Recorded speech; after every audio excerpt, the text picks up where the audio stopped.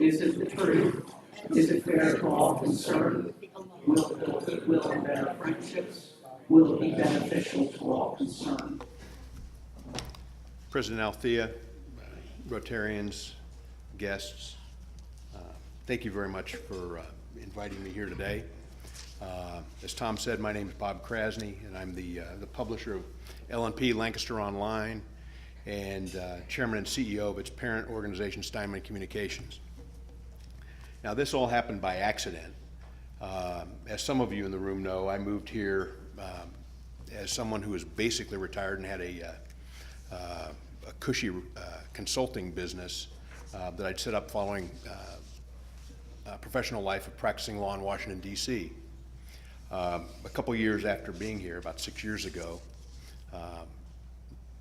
by accident I was asked to get involved with what was then called Lancaster newspapers, and the rest, as they say, is history. But speaking of history, LNP has roots tracing back to the Lancaster Journal, which was first published in 1794 when George Washington was president. And just 3 years after the Bill of Rights was ratified, and as we all know, the Bill of Rights enshrined the concept of freedom of the press.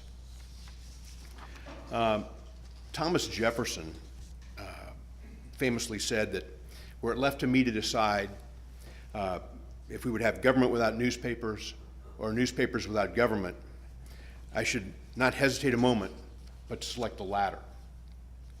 Clearly, it was an indication of the paramount importance of the press in the mind of the person who was the primary drafter of the Declaration of Independence. Now, in the 20th century, the press became a model of probity and virtue through other media. For example, Britt Reed, also known as the Green Hornet, was publisher of the Daily Sentinel by day and a crime fighter by night. We all know Clark Kent, who was a mild-mannered reporter for a great metropolitan newspaper, who did good and sought to eradicate evil. And Peter Parker was a photojournalist for the Daily Bugle, who also fought crime as Spider-Man. But in the more realistic depiction of the extraordinary work performed by journalists and the press was captured on film.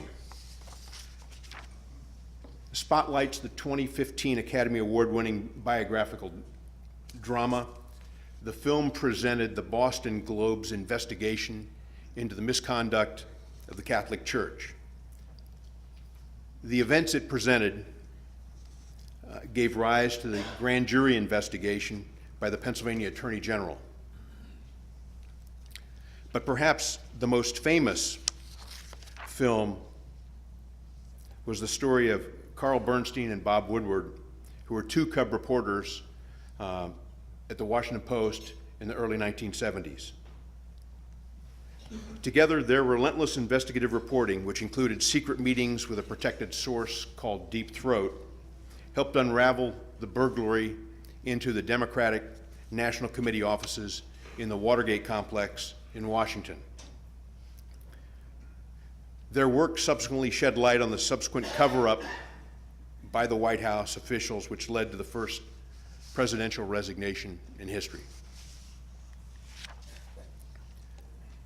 Carl Bernstein, the real Carl Bernstein, who's pictured on the left, famously said that he and Woodward were trying to present the best obtainable version of the truth. And that's what the journalists at LNP strive to do. Today at LNP Lancaster Online, we have young journalists who are similarly striving to present the best obtainable version of the truth. Let me give you an example. Lindsay Blest. Lindsay was a college intern at LNP and subsequently joined us about 2 years ago. She's a graduate of Conestoga Christian School and Lancaster Bible College. And she's reported on some of the most challenging issues in our community. So you might ask, you have people like Lindsay who are kind of like Woodward and Bernstein, what's changed? Since the 1970s, probably the biggest change that's affected us is this thing called the internet. Although some folks thought it was going to be a fad, it's sort of caught on in many circles. And it's really upset the business model for the newspaper business. Now, let me give you a brief introduction into the newspaper business model. Prior to roughly 2008, newspapers typically operated with this ratio. 80% of the revenue came from advertising and 20% came from circulation. What this means is that advertising effectively subsidized the costs of reporters and editors, page designers, composers, and people who put the paper together, the press operation, the cost of newsprint and ink, the cost of packaging the newspapers, and the cost of delivering the newspapers. So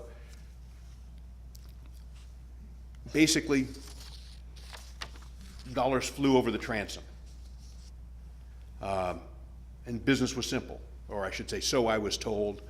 I arrived after all this. In fact, I had to figure out what a transom was, because we didn't even have any in our offices anymore. So this business model clearly isn't working today. And why not? Because of the internet. Because when the internet was first coming into vogue, newspapers thought, well, we'll follow our old practice of effectively having advertising subsidize everything else. And so most newspapers decided to give content away online, with one notable exception. It was the prescient folks in, of all places, Little Rock, Arkansas, who decided to put up something called a paywall from the very beginning and charge for their content. That helped them, but no other newspapers when Google, Facebook, Twitter, and Craigslist eroded advertising revenues, and every other newspaper started to panic. So today, the business model is much different. This is an example of the New York Times revenue model, where 20% of their revenue comes from advertising and 80% comes from circulation. Now, of course, LNP is not the New York Times. The New York Times tries to reach everybody on the planet. So they have roughly, 7 billion potential customers. LNP and Lancaster Online are focused on Lancaster County, which means we have a total potential customer base of, 540,000 folks. So we are constrained in a way the New York Times is not, so we have a different business model. But our business model is also different from what most other newspapers are doing. Most other newspapers are trying to figure out a way to cut their way to prosperity. And to do this, the biggest single cost they have is personnel. And to reduce personnel costs, that means they reduce headcount. And by reducing headcount, particularly when it relates to the newsroom, it has horrific consequences on the journalism that they engage in. This is a representation of the business model today for so many newspapers, where you can see that no dollars flying over the transom, and a number of newspapers as a result are being sold.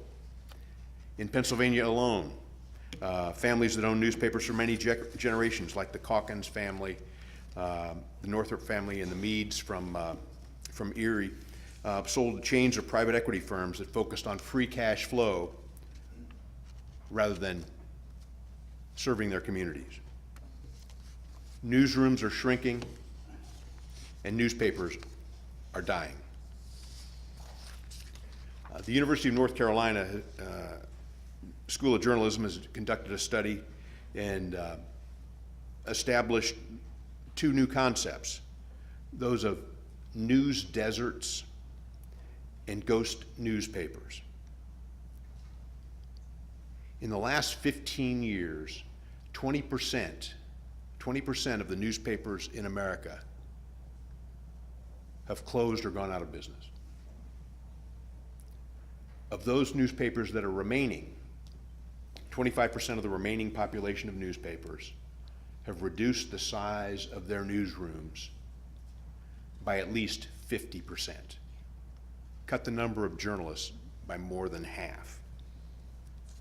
For example, the Lebanon Daily News, in our adjacent county, has 2 full-time reporters for a newspaper that publishes 7 days a week. Let me give you an example of, or let me show you today's York Daily Record. Now, for those of you who've been paying attention, you probably know there was an election yesterday. You probably also know that the 2 candidates for the position of governor of the Commonwealth of Pennsylvania were both from York County. So my guess is you'd assume that their hometown newspaper would have some coverage about the results of the election. Well, this is the front page of the York newspaper today. Not nary a result to be seen. And this is in our adjacent county, to give you a sense of what a ghost newspaper looks like. It talks about the fact there is an election. In fact, there are long lines and friendly faces, but no clue about which of their 2 native sons was the winner. And the totality of this newspaper is 20 pages. Now, this is our hometown newspaper, and you can see that it presents the results of the election in which most folks seem to be most interested. And then on this rail, it talks about the winner in the race for governor, the Senate, all the PA House seats, and the contested Pennsylvania Senate election. So, a different approach to journalism and news. Anything but a ghost newspaper. And oh, by the way, today's edition has 40 pages. It's twice the size of the newspaper from across the river.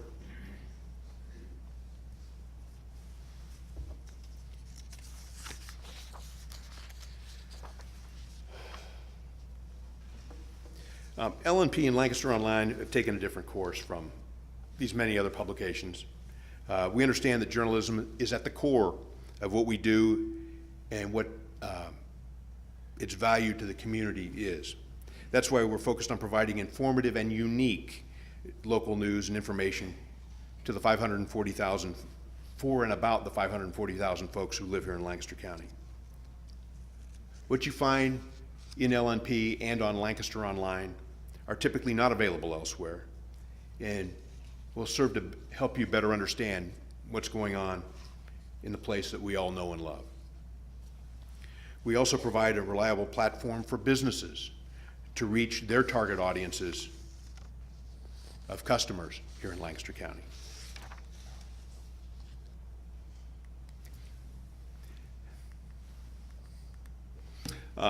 LNP is also the community watchdog. We fight for openness and candor by our elected officials.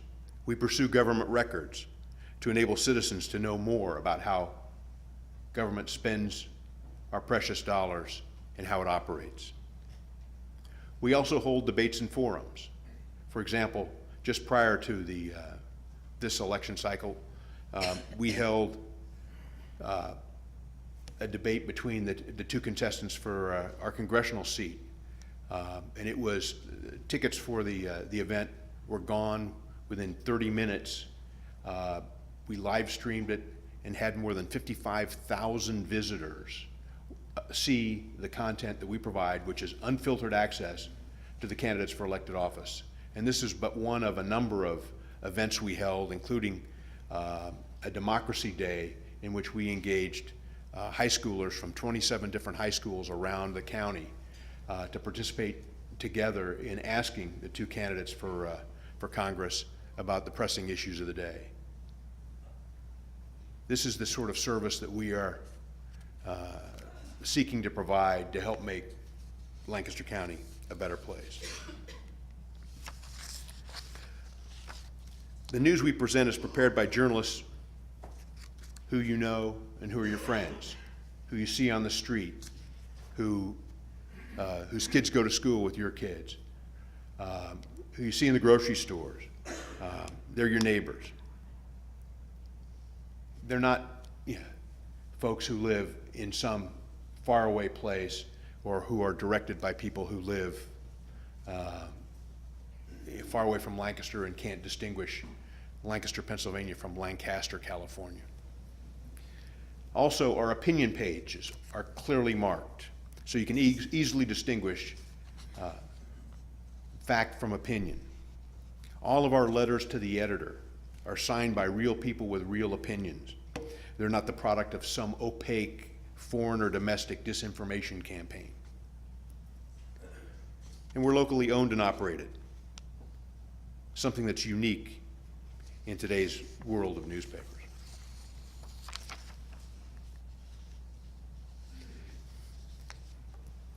We also have, try to get this magic to work, three weekly newspapers that are focused on specific communities in Lancaster County and provide hyper-local content, serving Elizabethtown, Ephrata, and Lidditz. So for folks who live in those communities, you can find even more detailed information. And as Tom mentioned, and as I understand it, Brad Bumstead and Paula Knutson were here recently. They're part of the caucus team, which is a project that we established less than 2 years ago to bring sunshine to the darkest corners of Harrisburg. And it's interesting that that was done because what we saw is what had previously been a very robust State House newsroom in which dozens of journalists from around the state were looking into the affairs of the Commonwealth. The place is now a ghost town. So by establishing a Harrisburg bureau for LNP and creating the caucus, we are bringing sunshine to the darkest corners of Harrisburg. And in fact, our efforts have prompted the Philadelphia Inquirer and the Pittsburgh Post-Gazette to try to join us in an effort to expand what we're doing through the creation of a new venture called Spotlight PA. Now, Lancaster farming has been the farmer's choice since 1955. It's focused on agriculture and farming, and it has a national reach. Secretary of Agriculture Redding has said many times that it's the single best promotional initiative of the Pennsylvania Department of Agriculture and of Pennsylvania agriculture generally. And because of its devoted following, some refer to it as the Farmer's Bible.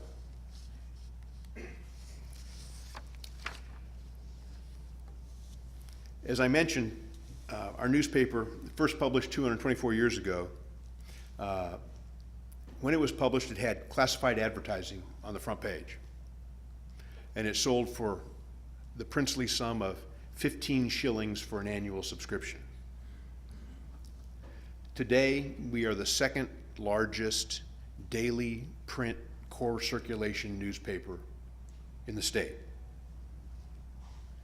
We have one of the largest newsrooms in the Mid-Atlantic with nearly 90 journalists and a collection of more than 200 correspondents who help us gather and ultimately disseminate news and information about Lancaster County. And we're unwaveringly committed to Lancaster County. Another illustration of our commitment to Lancaster County is the fact that the owners of Steinman Communications have foregone some of their profits to fund the Steinman Foundation, a philanthropic entity focused on improving the quality of life in Lancaster County. Over the lifespan of the foundation and its predecessors, they've contributed more than $90 million to philanthropic projects around the county. But one example of the work of the Steinman Foundation is the creation of the Lancaster County STEM Alliance, which is a collaborative effort among businesses, educational institutions, both K-12 and higher ed, and the nonprofit sector, to develop a 21st century workforce as a means of ensuring the continuing prosperity of Lancaster County. It's done it through a variety of different initiatives, from externships at businesses like the High Companies in C&H Industrial in New Holland. It's created pipelines from school to the workforce for areas that require particularized training. It's helping resuscitate a charter school that's facing some significant challenges. And most importantly, it's connecting businesses and education in a way that previously did not exist. So that's what Steinman Communications, LNP, Lancaster Online, and the Steinman Foundation are about. I'm happy to entertain any questions you all might have.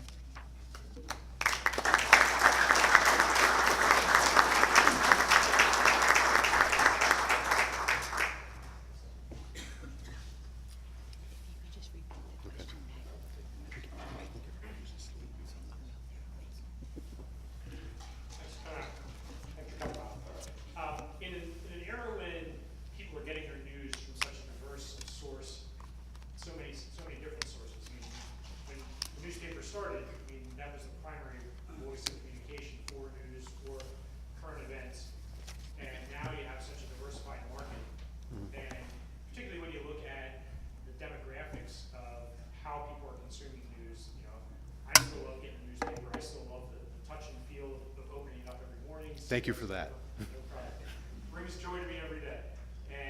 But there's certainly a lot of people, you know, that their news comes from online sources, from late night comedians, from all sorts of diverse sources that are out there now. So how do you compete in a market like that? How do you provide content that's going to really strike that balance between what has become this interest in, you know, factual reporting as well as entertainment? It seems to be the prevalent way that we're getting information now. Okay. I'm supposed to repeat the question. Thanks, Peter. The gist of the question is, and forgive me if I get this wrong, and I hope you'll correct me, is how does our organization deal with an environment in which there are so many diverse sources of news and information, from late night comedians to what's available on the internet, and how do we deal with those challenges? Is that a fair distillation? The answer is a complicated one, and it's not something that we alone can do. We're trying to do our part, and our part, we're trying to exercise our part by making sure that we provide the best obtainable version of the facts, for example, that the news and information that we put in our paper and online is not the musings of someone who decides to blog about it or crack some jokes about it, but instead it's information collected by an individual or team of journalists. It's then reviewed by editors to make sure that what we're doing is fair and accurate. That's our part. Now, we've launched an initiative around digital subscriptions in an effort to help folks appreciate the distinction between something that's free, and usually, not always, but usually things that are free, you get what you pay for, versus the content that we're providing. But it also requires a community effort to understand the importance of media literacy, because not all sources, particularly on the internet, are created equal. And the circumstances are becoming much more difficult today than ever before. Because of technology, it's relatively easy to doctor videos, to make them look like somebody's saying something they're not. And then you can publish it on channels that will disseminate information broadly, like YouTube or Twitter, and then it becomes part of the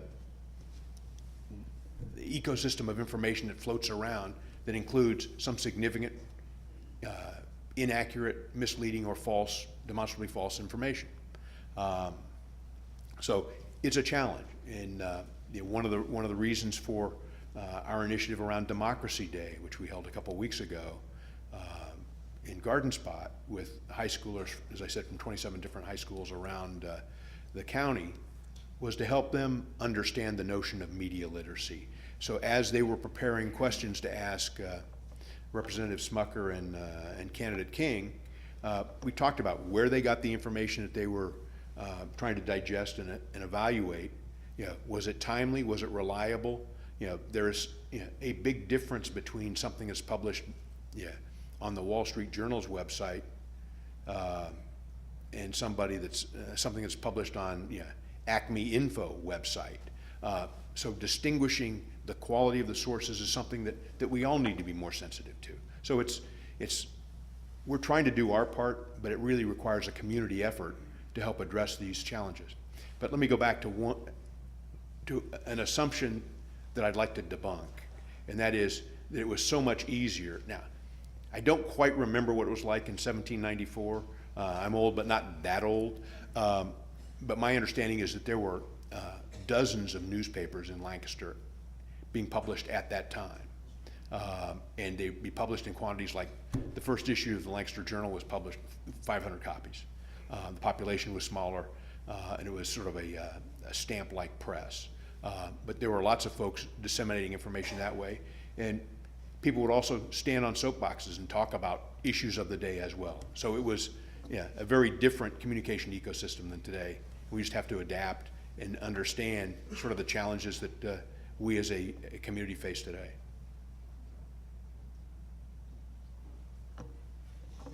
Thanks for coming. Enjoyed hearing about the history of L&P, and also, of course, thanks for the good work that the Steinman Foundation does in our community. We appreciate that. I just had a question about the Lancaster farming, as far as the history of Lancaster farming. If you could just give a little bit of history of that and circulation and so forth.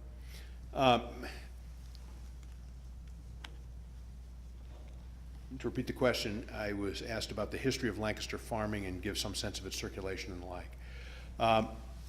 Unfortunately, I don't have a great knowledge of the history of Lancaster farming beyond the fact that it was founded in 1955 by a gentleman whose name I believe was Taylor. My understanding is that the Steinman family purchased it sometime within the last 25 years. I don't know the specifics of that. That was before my time. Its offices are in Ephrata, right at the corner of, right in downtown Ephrata on Main Street. And there's a printing press in the back of the building that produces it every week. It is typically a 4 to 6 section paper that is voluminous every week. We have somewhere north of 70,000 subscribers, across the United States. Obviously, the greatest concentration is in the Commonwealth of Pennsylvania, but we have readers across the United States, and we try to provide matters of interest for folks that are interested in agriculture. We have a number of subscribers who are involved in production agriculture. We have a number of folks who are weekend farmers who are subscribers. And we have a number of folks who have businesses related to agriculture who are subscribers. But if you'll indulge me, I'll tell you my favorite story about Lancaster farming. And it involves the Secretary of Agriculture who was visiting his cohort, the Secretary of Agriculture for the state of Nebraska. And he was in the Secretary's office in Lincoln, Nebraska, and the Nebraska Secretary was explaining to the Pennsylvania Secretary about the types of agriculture that predominate in Nebraska, which is primarily an agrarian state. And when he finished, Secretary Redding said, "But let me tell you about the Commonwealth of Pennsylvania and its what it does with agriculture." And the Nebraska Secretary said, "You don't need to. I read Lancaster Farming." So that gives you a sense of the promotional impact that Lancaster Farming has for agriculture in the Commonwealth of Pennsylvania. Mr. Krasne, thanks for coming today. My pleasure. Just for the record, I remember the Lancaster New Era between 1962 and 66, which included the Cuban Missile Crisis and the Kennedy assassination, just by a little background. Well, thank you for your service. Yeah, we used to collect 42 cents a week from the customers and pay them. Yeah, there's a 13-year-old kid collecting money from the customers. I know that's all done. Now, did you win a bicycle or? Oh, yeah. Oh, you did? One of those two-sided patent things that folded over the back end. And you can put it on over your head, too. Like, having said that, on a completely different subject, how do you monitor and or control the possibility of salacious or slanderous commentary in the Lancaster Online feature? That's a great question. And because I'm supposed to repeat the questions, I was asked, how do we monitor salacious or what was the other? Slanderous. Slanderous stuff is good because it's part of the Full Employment for Lawyers Act. How do we monitor salacious or slanderous information that may be sought to be placed on Lancaster Online? That has been a challenge for a while, and we've gone through a number of iterations, both before I arrived and since I arrived, to try to address that. But let me talk about what we're doing today. Thanks to the fact that we have a digital subscription model, and typically commenters have to be subscribers, the quality of the commenting has improved dramatically. The technology, as I'm sure you can appreciate, is a challenge for an organization our size. We don't have a vast collection of coders who can come up with the technology to build our own commenting platform. So we use a Facebook infrastructure as a back end, but we also have folks who monitor what is said online, in addition to having the digital subscription model, which requires subscriptions to participate in the conversations online. It's not a perfect system, but it's certainly much more actively and aggressively monitored by real live human beings than what you see with Facebook generally, Twitter generally, and the like. And we do have commenters who have been banned, and we do have comments that are deleted. And that's in marked contrast with what appears with the newspaper in the letters to the editor section. Because those, when we receive letters to the editor, before a letter is published, a call is made and there's direct communication between somebody on our opinion staff and the writer to ensure that the writer really exists and really intended to say what they said. And those are keen distinguishing characteristics from commenting generally seen on most social media platforms. Can you hear me? Can you hear me, Bob? Yes. Okay, thanks for coming. You're welcome. I wanted to say that the young folks in my office who are in their mid-20s to mid-30s, they're all about Lancaster Online. I personally, I you. That, when I'm looking at it right now, and then go get a cup of coffee and I come back, it's still there, it's the same story, and I can pick it up, and it's not been barraged with a whole lot of other things. I also love the fact that it's written by folks who know our community and understand where we came from and where we're going, and you don't get that from outside news sources. So I think that's super important, and that just trickles over to what the Steinman Foundation has done within our community. What you guys provide is stability and growth and understanding and support to the organizations, and all that you do is amazing, and we are so fortunate to have it. So we say thank you. Well, thank you. I don't think there was a question in there to which I should respond, but let me say a couple things. One is we don't get it all. We don't always get it right.